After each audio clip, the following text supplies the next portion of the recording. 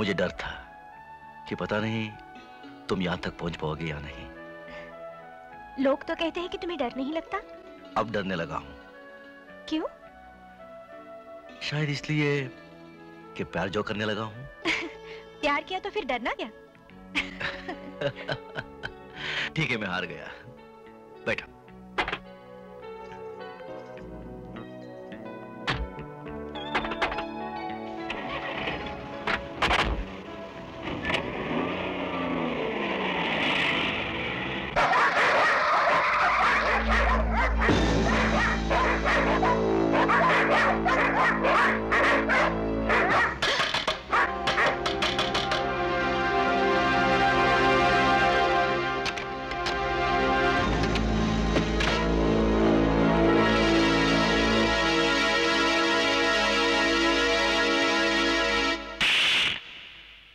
रजिया, मैंने तुझे बाहर पांव रखने की इजाजत इसलिए नहीं दी थी कि तू चलकर बारूद की सुरंग पर खड़ी हो जाए।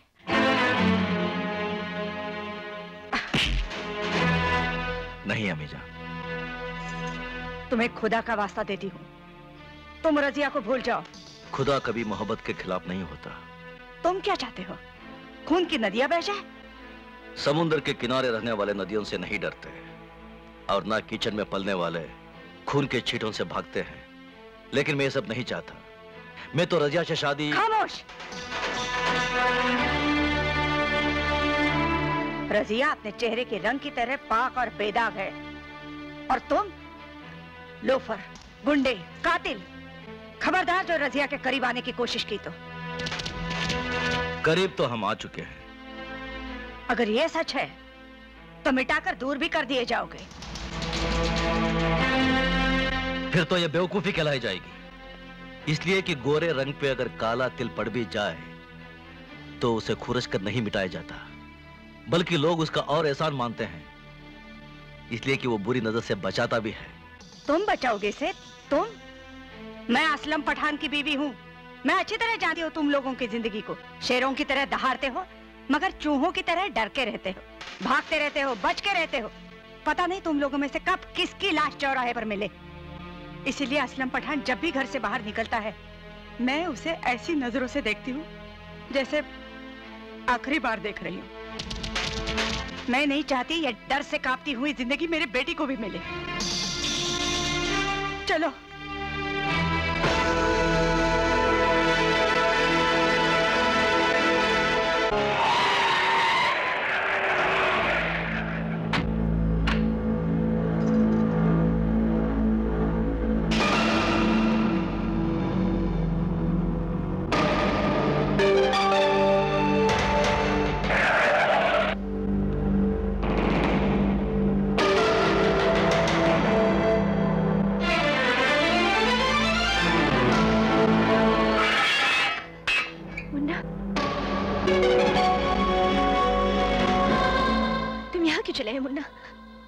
वापस लौट जाओ। तुम समझते क्यों नहीं? अगर तुम्हारी जान को कुछ हो गया तो मैं जिंदा नहीं रह सकूंगी मुन्ना। मैं भी तुम्हारे बिना जिंदा नहीं रह सकता। अगर वाकई मुझे खुश देखना चाहते हो तो वादा करो कि तुम ऐसा कोई गलत कदम नहीं उठाओगे जिससे हमारी मोहब्बत बदनाम हो जाए। ठीक है, लेकिन तुम्हें भी एक वादा करना होगा। तुम मुझसे मिलने आओगी। ये नामुमकिन है। अम्मी और अब्बा ने मुझे अपने ही घर में नजरबंद कर रखा है। तुमसे मिलना तो दूर रहा, मैं फोन पर बात भी नहीं कर सकती। तो फिर मैं क्या करूं? दुआ करो। कल के दिन मैं अपनी जिंदगी का एक अहम प्रोग्राम पेश कर रही हूँ जो फन की दुनिया में तहलका मचा देगा। तब तो मैं तुम्हें मुबारकबाद देने जरूर आऊंगा। नहीं मुन्ना, तुम बाहर नहीं आओगे। अब तो मुलाकात कल ही होगी। नहीं मुन्ना। खुदा हाफिज। मुन्ना, मुन्ना सुनो तो। मुन्ना, मुन्ना, मुन्ना।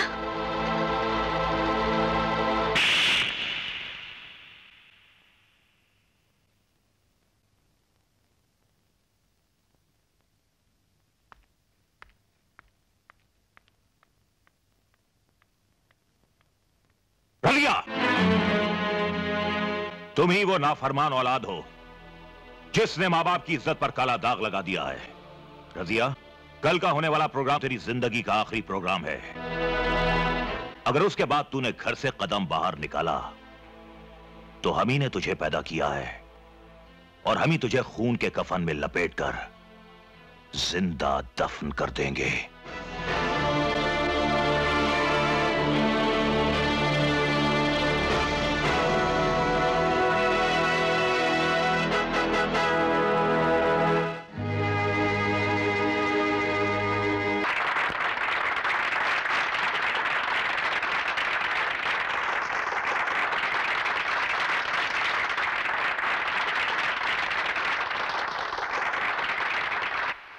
साहिबान, आज मेरी बेटी की महफिल है, इसलिए मैंने अपने दोस्तों और जानने वालों को इस महफिल में बुलाया है।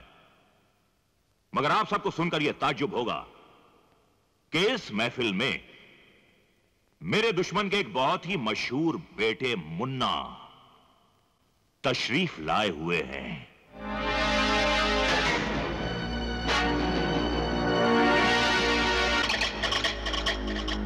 जो बिन बुलाए किसी की भी महफिल में जाकर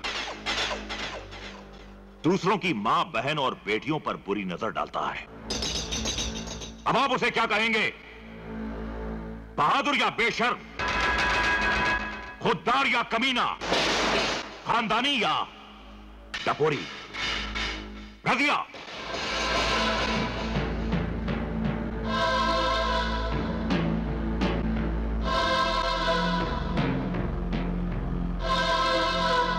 मुन्ना, तुझे तो तेरे मां बाप का पता नहीं है, तुझे तो भाई ने पाला है, लेकिन जब भी किसी मर्द को कसम दी जाती है तो मां के दूध की दी जाती है। तुझे तेरी मां के दूध की कसम मुन्ना, तू रजिया को लेने आया है ना? हाँ, अगर तेरे कलेजे में दम है तो थाम ले इसका हाथ। बहुत मर्द बनता है ना तो दिखा दे आज अपनी मर्दानगी के जौहर। हाँ,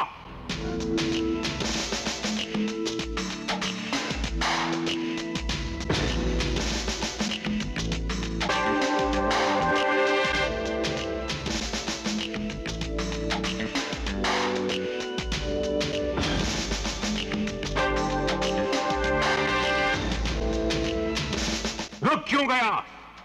क्या मां के दूध की तासीर गटर के पानी में बह गई?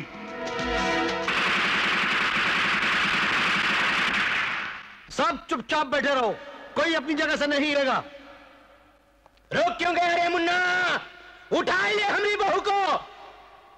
अरे उठा ले। असलम वाले तुझे तेरी मां के दूध के कसम दिए ना, अब देखता क्या है? अरे बात पे तो आदमी मौत की कलाई भी थाम लेता है। बढ़ आगे और थाम ले हाथ हमारी बहू का, जो होगा देखा जाएगा।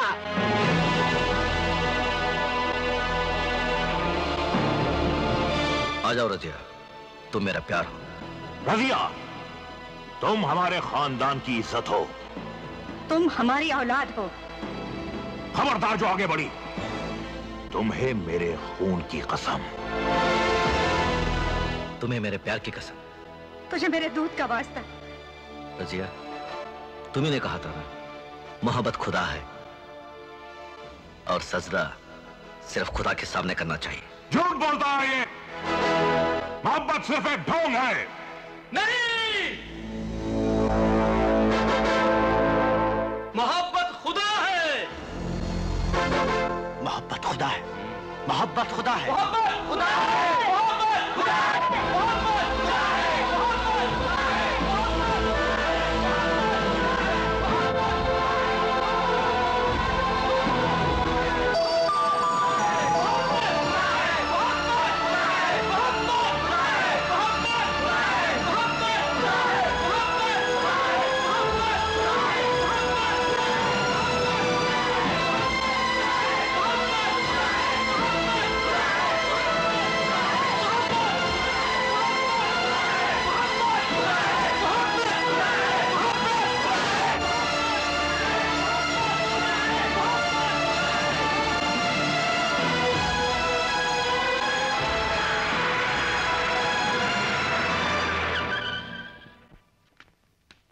सिंह, राजा सिंह, तुमने हमारे और भाई के बीच में जो समझौता किया था, वो समझौता मैं ठुकरा रहा हूं। जब मुन्ना मेरी बेटी को खुलेआम ले गया, तब कहां थे तुम लोग? अपने आप पे काबू पाओ असलम भाई, हमें भी अभी अभी ये मनहूस खबर मिली है। फिक्र मत करो, हम सब तुम्हारे साथ हैं।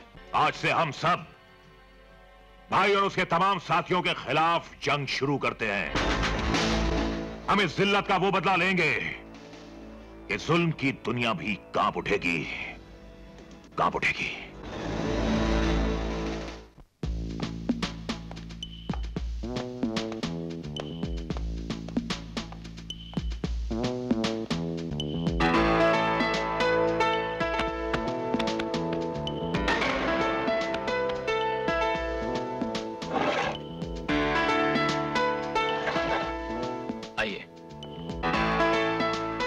भाई को क्या अडवाणी?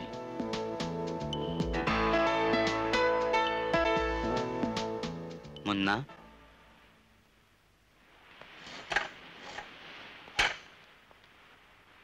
भाई गो किया हमेशा कड़ी बात करता है। मेरे पास एक सोने की खान है, अगर आप चाहें तो हम लोग भागीदारी में धंधा कर सकते हैं। इतनी मेहरबानी हम पर क्यों? इस शहर में कई और भी तो है, तिवारी, चट्टी, असलम पठान, राजा सिंह।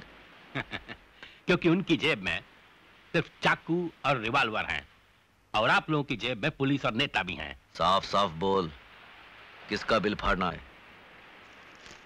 इसका। ये तो हेरोइन है, बहुत खतरनाक चीज। भाई, पड़ोसी मुल्क से माल लाने का और बेचने का पूरा बंदोबस्त अपन का है। बाकी यहाँ नेता और पुलिस को संभालने का जिम्मा आपका। 1 महीने के अंदर 2 करोड़ का प्रॉफिट गारंटेड है। हमारा हिस्सा क्या होगा? 50-50। सोच लीजिए, बड़ा पैसा है इस धंधे में। 6 महीने में इनकम 10 गुना बढ़ जाएगी, इसकी गारंटी मैं लेता हूं। पैसा गर्दन की नस काट कर भी कमाया जाता है, और पजामे का नाड़ा खोलकर भी।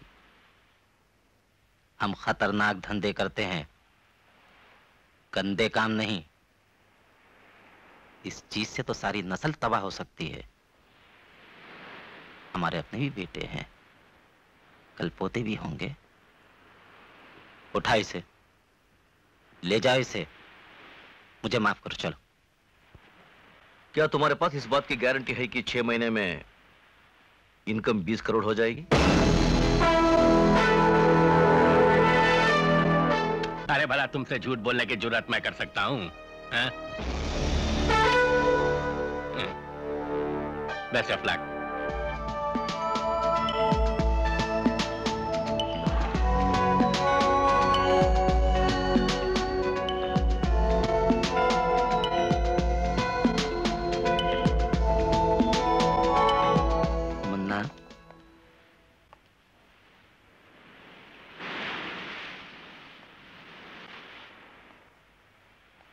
बेटे, गांव में हमारा मिट्टी का मकान था। बारिश के दिनों में दीवारों में छेद हो जाते थे, जिससे घर का पानी बाहर निकलता था। बाद में उन्हीं छेदों से मुन्ना घर में सांप घुसाया करते थे। मुन्ना, छेद तो हर घर में होते हैं, लेकिन बाहर के सांपों को उनका पता नहीं चलना चाहिए। मुझे माफ कर देना भाई, मुझसे गलती हो गई।